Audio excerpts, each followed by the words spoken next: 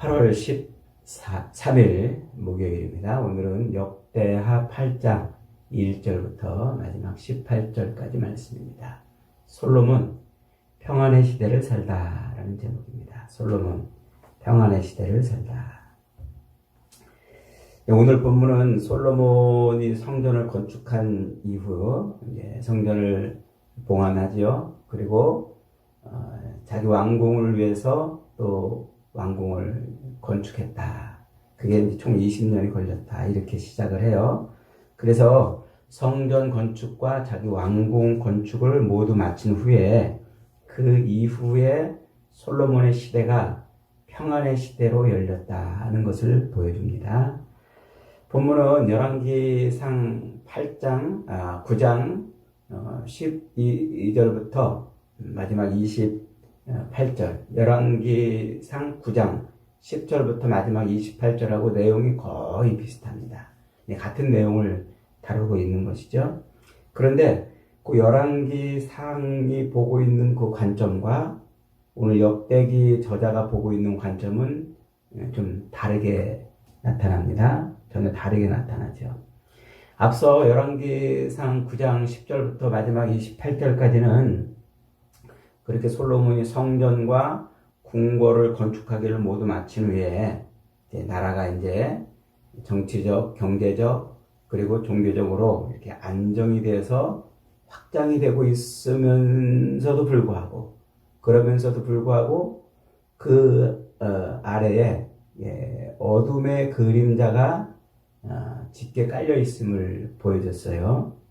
그래서 하나님의 성전을 건축하고 하나님의 큰 은혜와 복을 받아 누리는 그 솔로몬 시대의 그 평안의 시대가 시작됨에도 불구하고 그 불행의 씨앗들이 심겨져 있는 쪽으로 이렇게 솔로몬의 평안의 시대를 설명을 했어요. 그런데 오늘 본문은 그 그림자를 싹 지워버렸어요. 솔로몬 시대의 그 평안이 열리고 그 다음에 우상숭배와 타락의 길로 가는 그 그림자를 싹 지워버리고 오히려 평안의 시대만 강조하고 있단 말이죠. 요게 열왕기 저자의 관점과 역대기 저자의 관점의 차이인 거예요. 이런 차이를, 이런 안경을 끼고 성경을 읽어야 되는데 그러지 못하니까 성경을 이제 자꾸 난도질을 해요. 그래서 성경 비평학자들은 이렇게 똑같은 내용을 다르게 하고 있는 이 본문을 비교하면서 이 본문은 뭐가 빠졌고 어떤 내용이 첨가됐고 이러면서 성경을 그렇게 인간적인 자꾸 그 해석의 관점으로 설명한단 말이에요. 그래서 비평적으로 이렇게 이제 이 본문은 이 본문하고 어떻게 다르고 이 본문은 이 본문하고 어떻게 다르고 이러면서 비평적으로 이렇게 이제 성경을 봐요. 그거는 성경이 뭔지를 잘 모르기 때문에 그러는 거라고 했죠. 성경은 성령의 책이란 말이에요. 성령께서 이제 자기 백성들, 하나님의 백성들에게 하나님의 뜻과 계시를 전해주는 거예요. 그래서 열왕기 시대의 관점으로 하나님이 또 말씀하시는 게 있다면 역대기 저자의 시대의 관점으로 또 말씀하시는 게 또 있다는 거예요. 그걸 이제 우리가 성경을 읽으면서 찾아내야 합니다.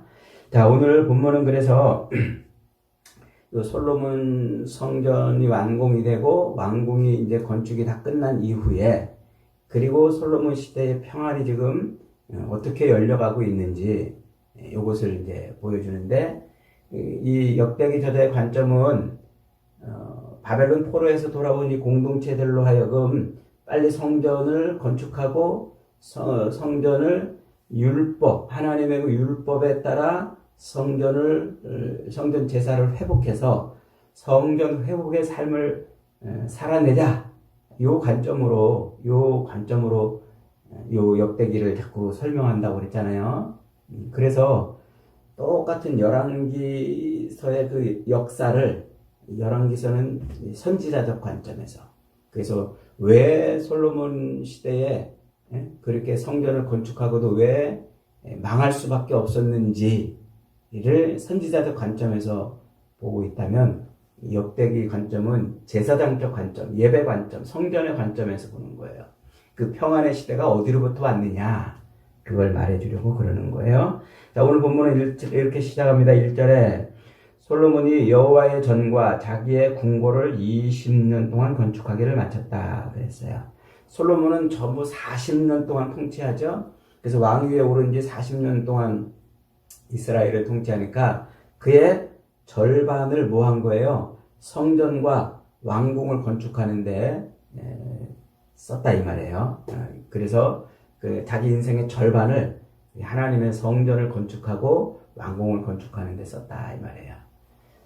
요 열왕기에서는 요 솔로몬이 성전을 건축하는데 몇 년? 7년.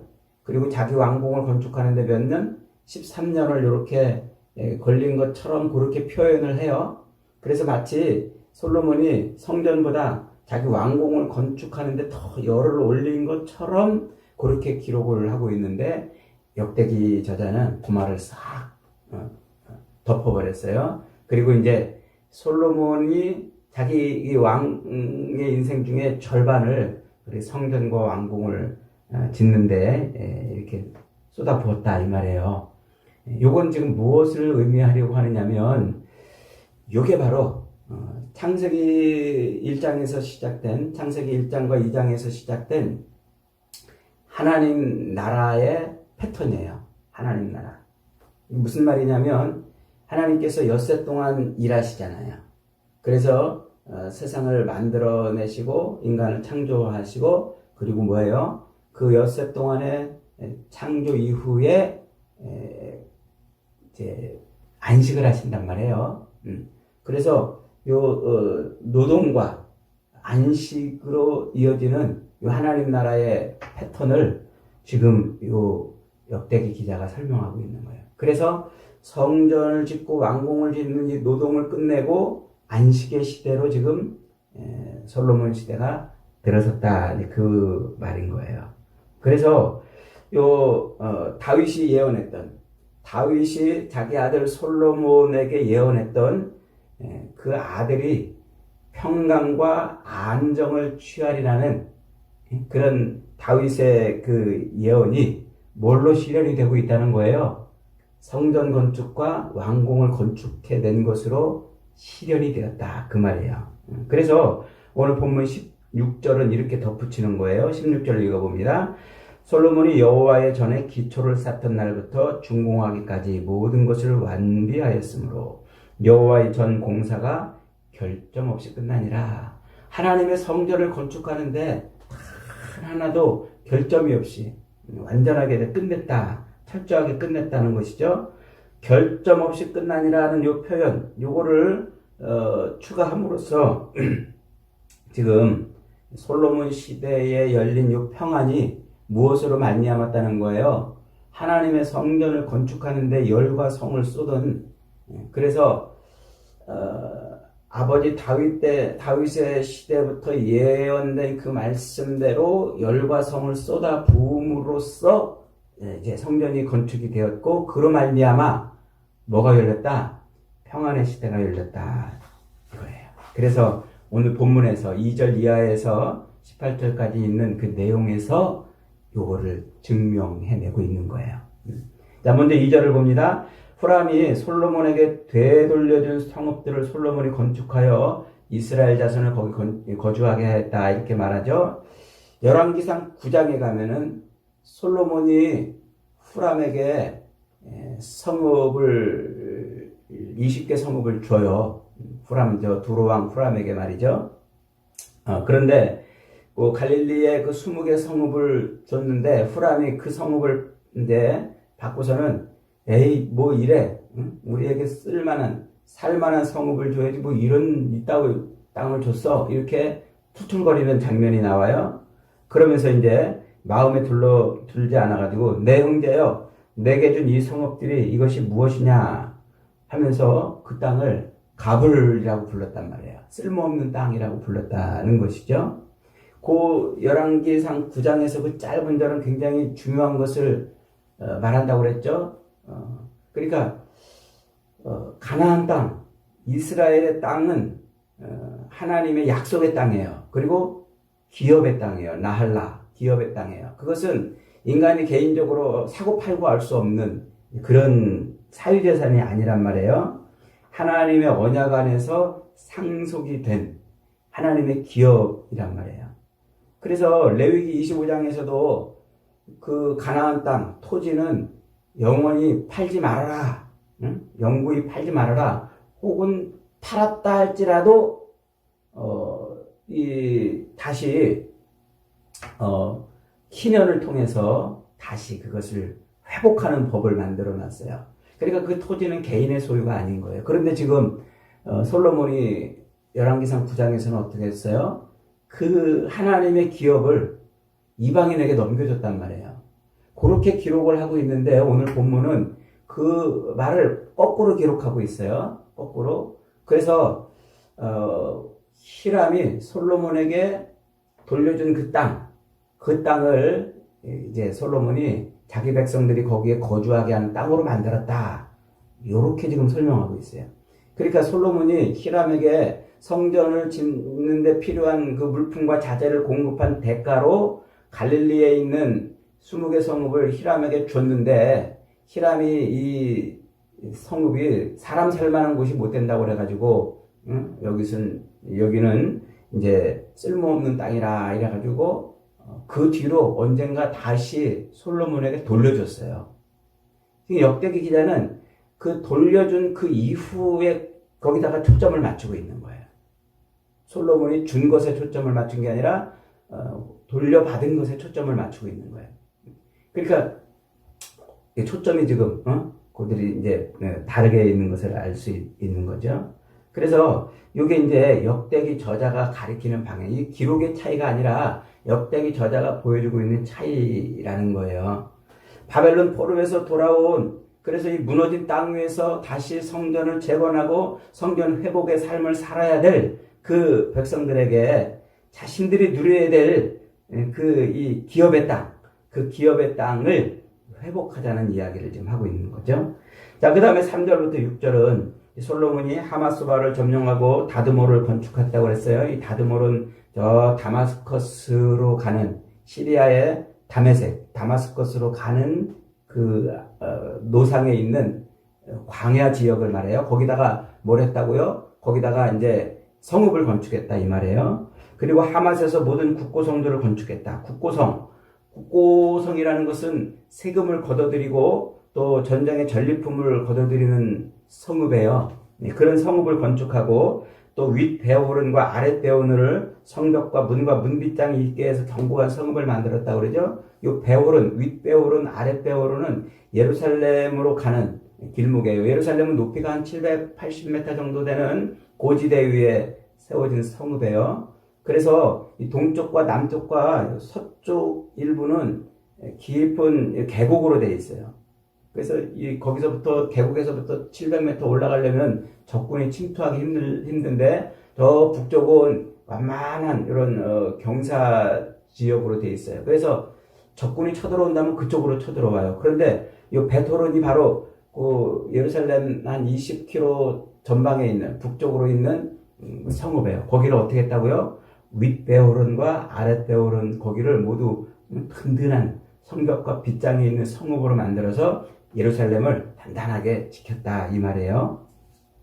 자, 그러면서 이제 레바논과 그 일대 지역에 국구성들을 이렇게 건축해 놓음으로써 재정적인 경제적인 안정도 이렇게 이제 세워놨다고 그래요. 그리고 특별히 6절에 바알랏에 속한 곳을 정복했다고 그러죠. 바알랏은 바알에게 속한 곳이라는 뜻이에요. 바알에게.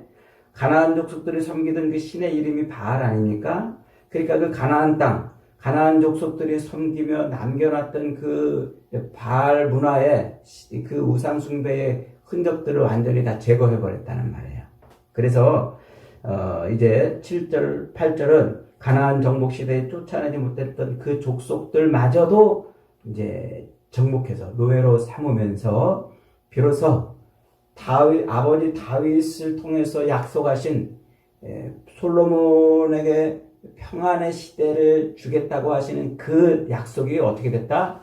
성취가 됐다. 그 말을 지금 해주고 있는 거예요. 그러니까 성전을 건축한 이후에 다윗 성전을 건축한 이후에 솔로몬이 왕궁을 건축한 것은 그렇게 아버지 다윗으로부터 약속되어졌던 그 평안의 시대가 활짝 열렸다. 경제적으로도 외교적으로도 정치적으로도 평안의 시대가 열렸다. 뿐만 아니라 종교적으로도 온전하게 하나님을 제사하는 그런 모습으로 지금 나타나고 있다. 이렇게 말하고 있어요. 그래서 11절에 보세요. 이집트의 바로의 딸을 아내로 삼았다고 그랬죠. 정략 결혼을 한 거예요. 솔로몬이. 그런데 열왕기상에서는 그 장면을 정략 결혼이라는 관점으로 설명을 해요. 선지자적 관점이죠. 그래서 그것이 나중에 불행의 씨앗을 이제 낳게 되는 많은 우상들을 섬기게 되는 그런 일이 벌어지는 쪽으로 설명을 해요. 그런데 오늘 이 본문은 뭐라고 지금 소개하고 있냐면 내 아내가 이스라엘 왕 다윗의 왕궁에 살지 못하리니 이는 여호와의 궤가 이른 곳은 다 거룩함이니라. 그러니까 정략 결혼을 하고도 정략 결혼을 하고서 그 이집트의 왕 바로의 그 공주 딸을 이제 데리고 왔는데 다윗 성에다가 살지 못하게 하고 따로 저 밀로에 이제 그를 위해 성읍을 건축하는데 이 열왕기 역사는 그것을 이제 우상 숭배의 씨앗으로 그렇게 설명을 하는데 역대기 관점은 뭐예요? 하나님의 언약궤가 다윗성에 있기 때문에 그래서 솔로몬이 그 이방 여인을 그 언약궤가 있는 거룩한 곳에 넣지 않았다 이렇게 지금 설명하고 있단 말이에요. 뭘 말하려고 그러는지 분명해지죠? 명확해지죠? 그러니까 솔로몬이 하나님의 언약궤가 있었던 그 장소의 거룩함을 지키려고 그렇게 했다 이 말이에요. 그래서 12절부터 15절까지 다시 제사가 온전히 회복되고 있음을 설명을 해주고 있어요. 그래서 여호와의 성전이 세워진 후에 그 성전 뜰 안에 있는 이 번제단 5m, 5m, 3m 되는 그 노수로 만든 거대한 번제단에서 매일 뭐가 되고 있다고요? 번제가 진행되고 있대요. 매일 드리는 상번제, 또 안식일, 또 월사, 또 1년에 3번의 절기인 무교절, 77절, 또 초막절 이런 절기들이 정확히 시행되고 있다 이렇게 지금 말하고 있어요. 그러면서 거기다 뭘 또 이렇게 탁 덧붙여서 설명합니까? 이 제사장들 그리고 성전 문지기들이 아버지 다윗이 정해놓았던 그 반차 순서 그 반열대로 제대로 그들이 자기 역할을 감당하고 있다는 말이에요. 그러니까 성전이 성전으로서의 온전한 기능을 하고 있다 이 말이에요. 성전은 제사를 드리는 곳이잖아요. 하나님의 죄를 속죄받는 곳이잖아요. 그러니까 제사장들이 거기에서 제사가 정확히 드려져야 그 성전이 성전으로서의 기능을 감당하는 거예요. 그런데 열왕기상 9장에서는 그런 말이 없어요. 그냥 성전에서 제사를 진행했다 이렇게만 표현하는데 역대기 기자는 그것을 아주 세밀하게 다 설명을 하고 있단 말이에요. 그 말이 뭡니까? 솔로몬 성전을 통해서 솔로몬이 성전 제사를 회복해내고 있다는 것이죠. 그러면서 왕의 명령을 조금도 어기지 아니하였다라는 한 문장까지 덧붙임으로써 성전이 완공된 이후 성전 완공으로 끝나지 않고 뭘로 이어지고 있다? 성전 제사의 삶으로 이어지고 있다.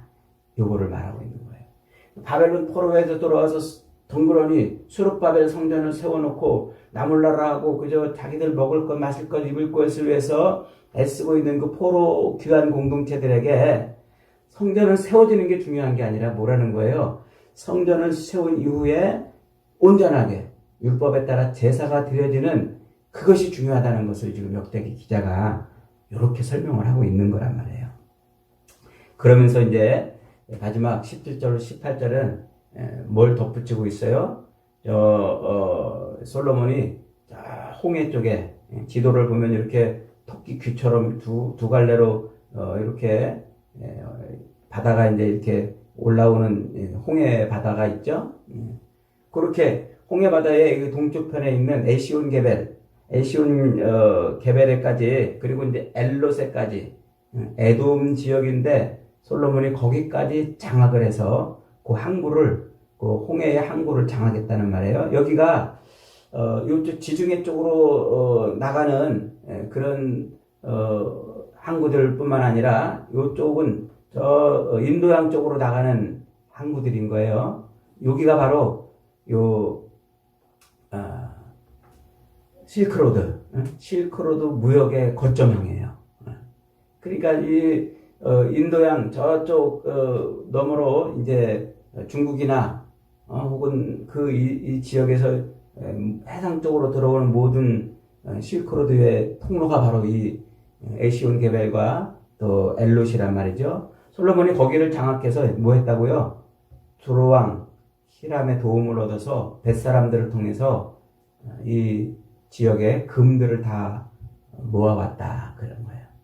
그래서 요 말은 이사야 60장에 가면은 이제 이 메시아를 통하여 이스라엘의 평화의 시대가 오면 모든 열방의 재물이 이스라엘로 몰려온다라고 이렇게 이사야 60장에서 예언을 하고 있거든요. 이사야 선지자가 그 예언이 지금 뭐 하고 있다는 거예요?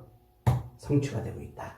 그래서 솔로몬이 성전을 건축한 이후에 계속해서 정치적으로도 경제적으로도 군사적으로도 외교적으로도 종교적으로도 안정이 되어서 이제 열방의 재물이 이렇게 솔로몬 왕국으로 들어오고 있다는 것으로 오늘 본문을 이렇게 마감하고 있는 거예요. 그러니까 열왕기상의 그 관점하고 역대기의 관점이 전혀 다르다는 것을 볼 수가 있죠. 이걸 볼 수 있어야 된단 말이에요. 오늘 본문을 통해서. 그래서 다윗이 아들 솔로몬에게 역대상 22장 9절에서 이렇게 말해요. 이 아이는 평강의 사람이라 내가 그로 사방의 대적에게서 평온을 얻게 하리니 그의 이름을 솔로몬이라 하라. 내가 그의 시대에 평안과 안정을 이스라엘에게 줄 것이니라. 그 다윗의 예언, 그 예언이 지금 뭐였다는 거예요? 솔로몬에게서 성취가 되고 있다 인 거죠. 뭘 통해서? 성전을 통해서 되고 있다는 거예요. 그래서 성전이 완공되고 그 땅에 안식이 오고 평안이 온다는 이 구조가 바로 성경이 말하는 하나님의 나라의 구조인 거예요. 그래서 예수 그리스도가 이 땅에 오셔서 성전을 세우시고 그리고 그 십자가 죽으심과 부활로 말미암아 교회, 하나님의 교회가 이 땅에 세워지죠. 그 하나님의 교회를 뭐라고 불러요? 성전이라고 부른단 말이에요. 사도 바울이 고린도전서 3장에서 교회를 성전이라고 부르잖아요. 너희가 하나님의 성전인 것을 알지 못하느냐 이렇게 부르잖아요.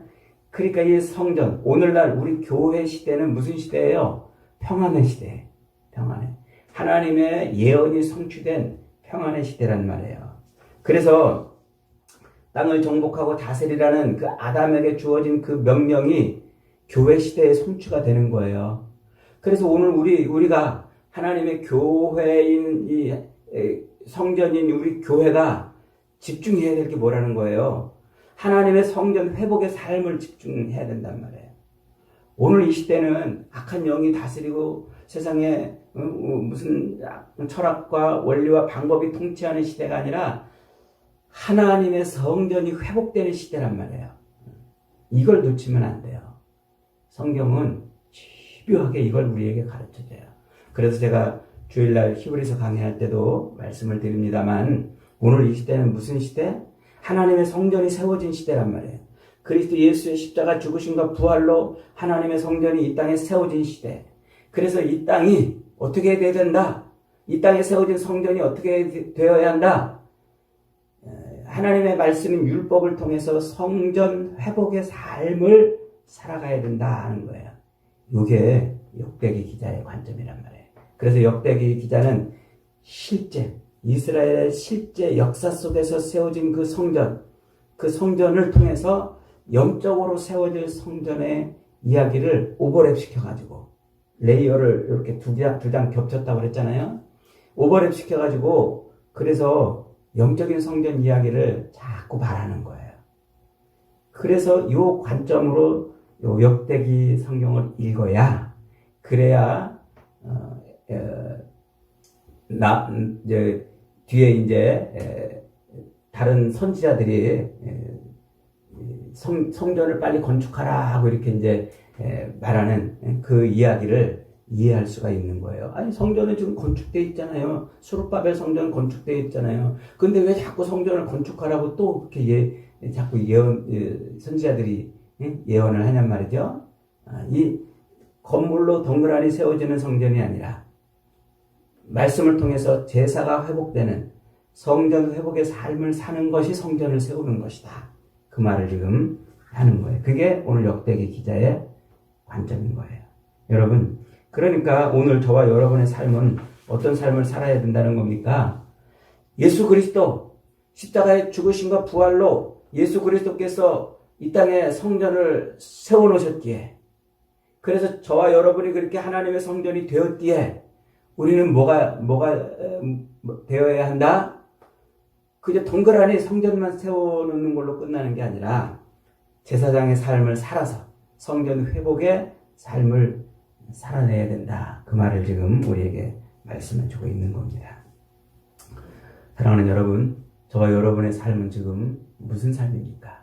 포로에서 돌아온 포로 귀환 공동체들이 스룹바벨 성전만 덩그러니 세워놓고 그저 이방인과 혼인하고 그리고 자기 먹을 것 마실 것을 위해서 또 세상에 나가고, 제사장들은 이 제사장들의 그 삶의 몫이 없어가지고 투잡뛰고 쓰리잡뛰고 나가면서 제사는 사라져버린 그런 성전의 시대를 살면 안 됩니다.